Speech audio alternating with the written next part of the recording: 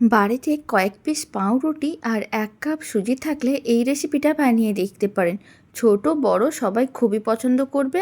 আর এই সহজ ও চটজলদি রেসিপিটি বানানোর জন্য বারবার সবাই অনুরোধ করবে। প্রথমে আমি বেশ কয়েকটা পাউরুটি নিয়েছিলাম, ১ কাপ সুজি দিয়েছিলাম, তার মধ্যে ১.৫ কাপের মতন জল দিয়ে দিলাম। সমস্ত কিছু একসঙ্গে খুব ভালো করে মিশিয়ে নিতে হবে। খুব ভালো করে মেশানো হয়ে গেছে। এখন এর মধ্যে অল্প করে একটু লবণ দিতে হবে, চা চামচের ৩ ভাগের ১ ভাগ। ৫০ গ্রামের মতন গুঁড়ো দুধ দিলাম, ১০০ গ্রাম দিলাম চিনি। এবার সমস্ত উপকরণ একসঙ্গে খুব ভালো করে মিশিয়ে নিতে হবে। মিশ্রণটা একেবারেই রেডি। চিনিগুলো মেল্ট হওয়ার জন্য ৫ মিনিটের মতন রেখে দিয়েছিলাম, আবারও ভালো করে মিশিয়ে নিলাম। এবার অল্প করে মিশ্রণ নিতে হবে আর গরম তেলের মধ্যে দিয়ে দিতে হবে। ফ্লেমটা মিডিয়ামে রাখতে হবে, তারপরে উল্টে পাল্টে বেশ লাল লাল করে ভেজে নিতে হবে। তাহলেই রেডি হয়ে যাবে দারুণ স্বাদের এই টিফিন।